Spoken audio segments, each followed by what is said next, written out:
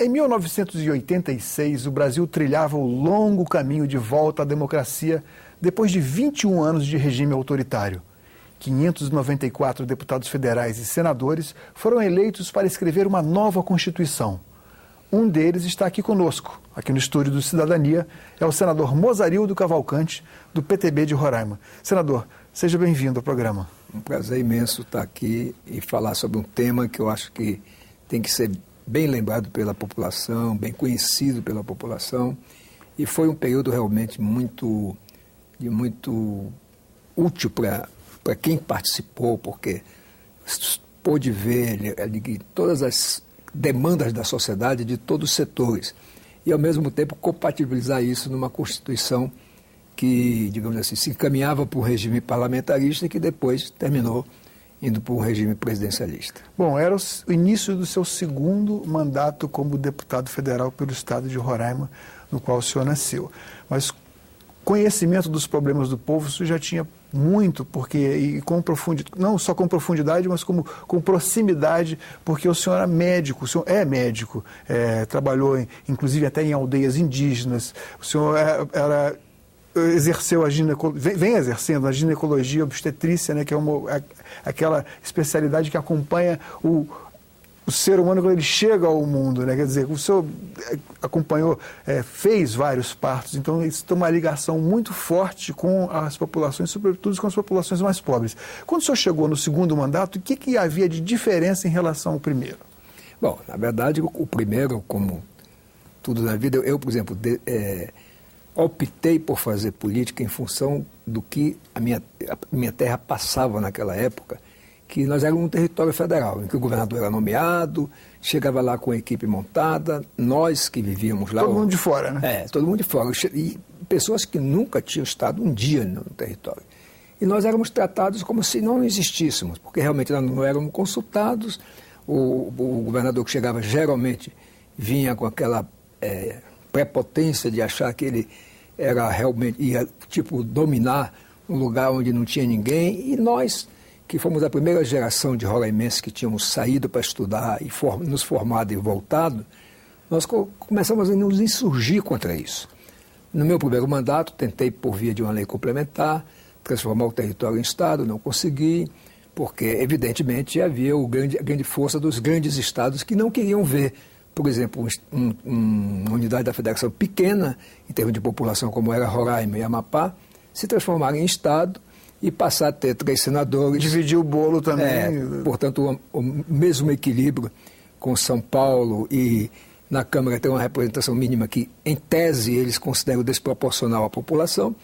Mas, felizmente, na Constituinte, e essa foi uma das minhas grandes bandeiras, eu consegui, antes da Constituinte, aprovar um projeto autorizativo que criou a Universidade Federal de Roraima e também o que criou a Escola Técnica, pela vivência que eu passei de sair de Roraima com 15 anos de idade para ir fazer o ensino médio. Então isso eu consegui aprovar no primeiro mandato. No segundo mandato, eu consegui, juntamente com os deputados de Roraima e do Amapá, vamos dizer assim, negociar com os diversos setores de pressão, inclusive com o presidente da República na época, o presidente Sarney, a transformação de Roraima e Amapá em estados. E foi criado também na mesma época, de forma diferente, por desmembramento, o estado Tocantins. Mas lógico que, como você já mesmo mencionou, eu me envolvi muito também com as questões sociais, não só na área de saúde, mas de um modo geral, com as questões sociais do povo, e foi um ponto também que eu me dediquei muito. É evidente que a prioridade para mim era tirar essa figura ditatorial de território federal. Mas me enriqueceu muito a minha vida parlamentar o fato de ter visto nas diversas comissões, inclusive nas votações em plenário, realmente como que o povo brasileiro estava angustiado por falta de garantias legais sobre principalmente os direitos fundamentais da pessoa humana. Havia toda uma demanda reprimida, não só pelos anos de regime autoritário, como uma carência, sobretudo das populações que não tinham assistência na medida em que demandavam, perfeitamente, e mereciam. Bom, é bom lembrar que nessa época foi que nós criamos o SUS, que, portanto, foi um modelo o modelo em si é muito bom. A gestão pode ser questionada, mas o modelo é um dos mais avançados do mundo. O modelo é muito bom e somos considerados, aliás, um dos poucos países que tem... Não conheço nenhum que tenha algo semelhante, igual. Tão abrangente. Igual. E foi uma ousadia, porque você, de repente, garantir acesso à saúde pública a toda a população, mas principalmente aqueles mais pobres, que não podiam pagar um plano de saúde, nem uma consulta médica de outra forma, foi realmente um avanço muito grande. E também em outras áreas, como, por exemplo, na educação, nós avançamos bastante. Mas, como você falou, e nós sentimos na pele, a população vinha realmente reprimida de 2 décadas de um regime de exceção, em que praticamente não tinha uma Constituição, porque a qualquer momento se baixava o ato institucional, se fechou o Congresso, e o povo mais direitos pobre, e garantias individuais não eram respeitados. Inclusive, o fato de que o próprio Congresso foi fechado por causa de uma decisão dele de não caçar um deputado na época que o regime militar queria que caçasse. Então, eu acho que é um marco histórico para o Brasil todo, e notadamente para Roraima, e Amapá e Tocantins, que saímos daquela condição os territórios eram uma espécie de departamento do Ministério do Interior que escolhia os governadores sem nenhum tipo de ausculta ou consulta, sequer aos parlamentares do território. Então, isso, para mim, foi muito bom, mas eu acho que, de uma forma geral, para o Brasil, embora na Constituição tenha sido colocado coisas muito detalhistas que poderiam ser contempladas por uma legislação infraconstitucional e, portanto, a Constituição ser mais enxuta, infelizmente teve que ser adotada porque as pressões realmente, os reclamos das ruas eram muito grandes e, vamos dizer, aqueles corredores ali da Câmara dos Deputados onde funcionou a Assembleia Constituinte, viviam repletos de grupos de diversos setores da sociedade e realmente, por exemplo, o capítulo do direito dos índios passou a existir na Constituição de maneira clara. O senhor participou da elaboração desse capítulo? Sim, nós discutimos. Até porque, como você falou, eu como médico trabalhei muito nas comunidades indígenas. Ia geralmente, pelo menos de 15 em 15 dias, atender na própria comunidade, mas no hospital, na capital também, digamos assim, as enfermarias eram cheias de índios que tinham complicações maiores e tinham que ir para a capital. Então, vivenciei e com esta visão, digamos assim, humanística do médico, realmente eu fui muito favorável a que se criasse certas garantias. Apesar de que eu acho que, por uma má interpretação da Constituição, que inclusive deu 5 anos apenas para o governo federal demarcar terras indígenas, e nós estamos completando 25 anos da promulgação da Constituição, e se continuam demarcando novas terras indígenas, ampliando as existentes, o que, veja bem, pelo lado humanista, você vai lá, num lugar desse que é reserva indígena, muito bem, eles têm no papel a terra, mas eles vivem precariamente.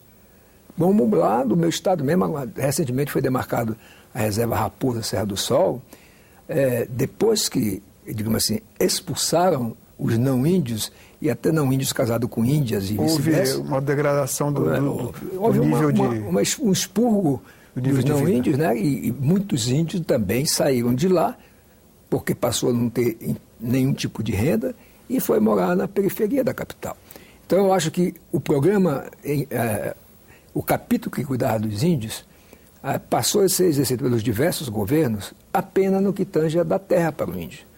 E não cuida do ser humano índio, não cuida da mulher indígena, que muitas vezes tem morte materna por causa da falta de assistência, não cuida também de levar para eles, porque nós temos que convir que mais de 90% da população indígena do Brasil é completamente aculturada e vive, inclusive, lá nessa reserva tinha professores, funcionários do quadro do Estado, tinha policiais, todas as pessoas que realmente já estavam integradas. Havia uma estrutura. Pois é, então não se leva em conta isso, e o viés antropológico é levado muito ao extremo. Ao pé da letra, e aí por exemplo, basta que alguém se declare indígena para ser contado como indígena. Agora, senador, relembre, por favor, uma questão que o senhor já abordou minutos atrás, que é a questão do parlamentarismo e o presidencialismo. Porque, a um determinado momento da elaboração da nova Constituição, tudo caminhava para que houvesse a aprovação do sistema parlamentarista de governo. Mas houve por uma questão de minutos, o presidencialismo venceu no final. O senhor presenciou esse fato? Exatamente. Na verdade, os grandes líderes da Constituinte, como Ulisses Guimarães, Mário Covas e tantos outros... eram todos parlamentaristas. Todos defendiam o parlamentarismo. E o próprio relator, que era o deputado Bernardo Cabral, que é o relator da comissão final, relator final da comissão de sistematização, né? Ele terminou por encaminhar nesse sentido. Tanto é que a medida provisória, que hoje é tão usada em demasia, ela só existe nos regimes parlamentaristas, ela não existe em regimes presidencialistas. E causa um desbalanço entre a força do poder executivo e a força do poder legislativo. Nós temos que reconhecer que... desequilíbrio. Isso aí nós conseguimos... a maioria optou pelo presidencialismo, mas muitas coisas já aprovadas diziam respeito ao parlamentarismo. Se adaptou, mas não se tirou, por exemplo, a medida provisória, que se fosse usada como está na lei, seria muito bom, que só em caso de urgência e relevância. Mas não é isso que... Mas esses conceitos parecem que se tornaram tanto flexíveis completamente desconhecidos. E cada medida provisória comporta enxertos, digamos Exatamente. assim, Então, fora do contexto. Infelizmente, essa medida provisória permaneceu na Constituição, que é visando o parlamentarismo, terminou predominando como uma espécie de hipertrofia do poder executivo, que legisla mais do que o legislativo. Na prática, ele legisla mais. Bom, em 1988 o mundo era outro. Não tínhamos ainda, as comunicações eram muito diferentes, a informática não tinha sido popularizada e disseminada, as comunicações eram diferentes. O senhor acha que seria o caso de termos uma revisão da Constituição ou ter uma nova Assembleia Nacional Constituinte? Não, eu acho que uma nova Assembleia é desnecessária. Nós não temos quebra de ordem pública. Não houve ruptura. Não temos nenhuma ruptura. Então, não vejo por que convocar uma nova Constituinte. Agora, entendo sim que se houvesse realmente um acordo dos três poderes para se fazer uma revisão de fato e enxugar a Constituição de forma que ela fosse mais objetiva naquilo que é principal, como os direitos fundamentais, como os direitos sociais, como educação, segurança, enfim, delinear o básico. E o resto seria realmente regulamentado por leis complementares ou por leis ordinárias, que eu acho que foi esse o pensamento Aliás, nós aprovamos que depois de 2 anos haveria uma revisão da Constituição, justamente para consertar isso. E esse Congresso revisor... Teria ocorrido 5 anos depois, de 1993, né? Não chegou... Não me lembro exatamente a data, mas nós previmos na Constituinte, já nas disposições transitórias, que haveria uma comissão... Quer dizer, o Congresso funcionaria para revisar a Constituição. E foram 2 anos dados para essa revisão e pouca coisa se avançou na questão da revisão. Na verdade, 2 anos, a experiência de ter uma nova Constituição ainda teria sido muito breve. Eu tenho a impressão que curta. Agora que nós temos, digamos assim, podemos dizer que temos uma democracia consolidada, temos um novo momento, como você falou, naquela época nós não tínhamos internet, não tínhamos sequer TV Câmara ou TV Senado, não tínhamos nenhum tipo de comunicação direta com a população. A única comunicação que tinha era via rádio, através da Voz do Brasil. Então, realmente, a população não participava do dia a dia, embora na Constituinte tenham sido mobilizados e muito, né? E eu acho que daí para frente a gente tem que fazer um balanço que foi positivo, não tenha dúvida nenhuma que foi positivo. Que tipo de demanda e solicitação o eleitor, o cidadão roraimense levava até o senhor, até o constituinte Mozarildo Cavalcante? Eu dizia que a principal realmente era a transformação do território em Estado. Esse aí era um desejo amplo da sociedade, embora tivesse o setor que pensava assim, por que nós vamos passar Estado se o governo federal paga os nossos funcionários, paga todas as despesas aqui? E realmente foi preciso a gente ter para esse público que pensava assim, mostrar que isso era uma mentalidade de subserviência e que a gente tinha que realmente evoluir. Mas garantimos, por exemplo, como foi também Rondônia, que foi primeiro passado de território em Estado, nós, inclusive, colocamos lá que se aplicava a lei que criou o Estado de Rondônia, que era o quê? O quadro de funcionário do território ficaria à disposição do Estado, pago pela União como vinha sendo, e virava um quadro em extinção, isto é, não entrava mais ninguém. Não havia concurso, não entrava mais ninguém. À medida que iam se aposentando ou morrendo e acabando o quadro. Mas o quadro ainda hoje existe e, pior, vítima de alguns descasos no que tange a promoções, a vencimentos, a equiparação de vencimentos e tal. Mas esse era, digamos assim, era a maior reclamação do Estado, do território. Agora, lógico também que se discutia a questão, por exemplo, entre os médicos, nós discutimos a questão de ter uma eficiência melhor na saúde pública, se discutiam também com os estudantes a garantia de termos mais escola. Então, isso também lá em Roraima era presente. Mas aqui em Brasília, para cá, para Brasília, vinha gente de todo o país com proposta com milhares de assinatura, e outras entidades representativas estiveram presentes, como a OAB, por exemplo, foi atuante. E eu acho muito importante que a gente tenha feito essa Constituição.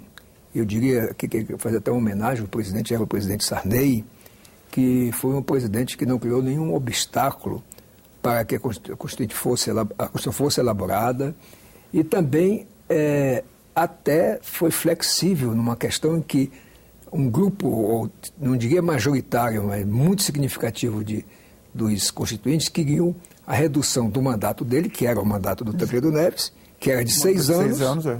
Eles queriam reduzir para 4 e daí para frente ser 4 com direito. Não, a reeleição foi depois.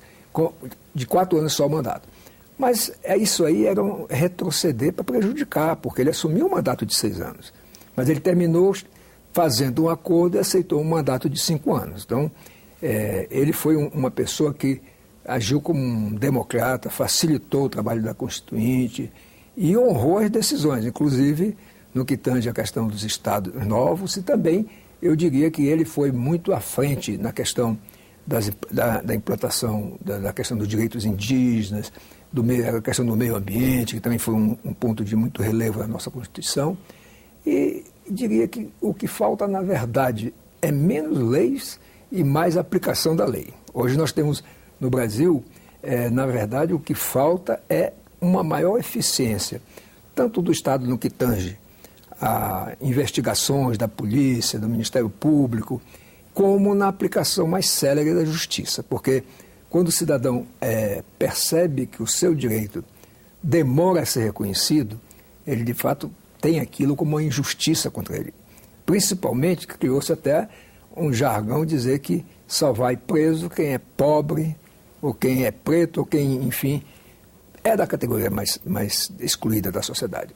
E isso, lamentavelmente, o Poder Judiciário está se modernizando, realmente eu reconheço, eu conheço de perto essa questão, porque com a internet, com a impressão da internet, as audiências podem ser feitas até a distância. Né? Então, evoluiu-se nisso, mas ainda há muitos reclamos da sociedade hoje em dia no que tange ou a falta de uma lei específica para um caso ou a aplicação muito morosa da lei. E pior que aí fica na cabeça da sociedade que quem é o responsável por isso. É o Poder Legislativo e o Poder Judiciário. A impressão que fica é que o Executivo executa, mas esses dois outros poderes, e não há democracia sem esses 3 pilares, né? E que, como diz a nossa Constituição, tem que ser harmônicos, mas independentes. Então, eu acho que a nossa Constituição, eu não tenho dúvida, das Constituições brasileiras até aqui, foi a melhor, embora ela tenha sido muito detalhista por essas razões. Senador, muito obrigado pela sua presença aqui no nosso programa. Eu que agradeço. Cidadania conversou com o senador Mozarildo Cavalcante, do PTB de Roraima, sobre a Assembleia Nacional Constituinte e a Constituição de 1988. Mande suas críticas e sugestões para o programa. Ligue para 0800 61 2211 ou acesse www.senado.leg.br/TV. Nesse endereço você também pode ver de novo ou baixar uma cópia deste ou de qualquer outro programa da TV Senado. Obrigado pela atenção e até o próximo Cidadania.